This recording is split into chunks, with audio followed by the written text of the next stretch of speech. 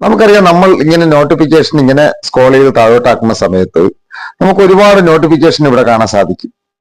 പക്ഷെ നമ്മളിത് ഈ ഐക്കണിൽ ക്ലിക്ക് ചെയ്ത് ക്ലിയർ ചെയ്ത് കഴിഞ്ഞാൽ ഈ നോട്ടിഫിക്കേഷൻ എവിടെയാണെന്ന് നമുക്ക് പിന്നെ അറിയാൻ സാധിക്കത്തില്ല. ചിലപ്പോൾ നമുക്ക് ആ നോട്ടിഫിക്കേഷൻ ആവശ്യമായി വന്നു കഴിഞ്ഞാൽ നമുക്ക് അത് എവിടെയാണ് എന്ന് നമുക്ക് അറിയാൻ സാധിക്കത്തില്ല. ഇത് കണ്ടുപിടിക്കാൻ വേണ്ടിയിട്ട് നമ്മൾ ഫോണിലെ സെറ്റിംഗ്സ് ഇതുപോലെ ഓപ്പൺ ചെയ്തതിനു ശേഷം നമ്മൾ ഈ സെർച്ച് ബാറിൽ ഹിസ്റ്ററി എന്നോ നോട്ടിഫിക്കേഷൻ എന്നോ ടൈപ്പ് ചെയ്ത് കൊടുത്താൽ മതി.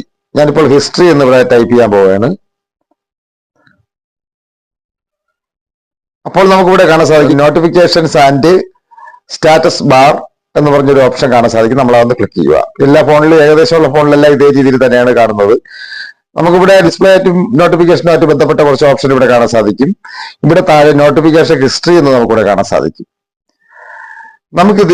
നമുക്ക് വന്നിട്ടുള്ള എല്ലാ നോട്ടിഫിക്കേഷനും ഇവിടെ കാണാൻ സാധിക്കും. അതിനുശേഷം നമുക്കിവിടെ താഴെ വന്നു കഴിഞ്ഞാൽ ഏതെല്ലാം ആപ്ലിക്കേഷനിൽ ഏതെല്ലാം നോട്ടിഫിക്കേഷൻ വന്നെന്നുള്ളത് നമുക്കിവിടെ അറിയാൻ സാധിക്കും.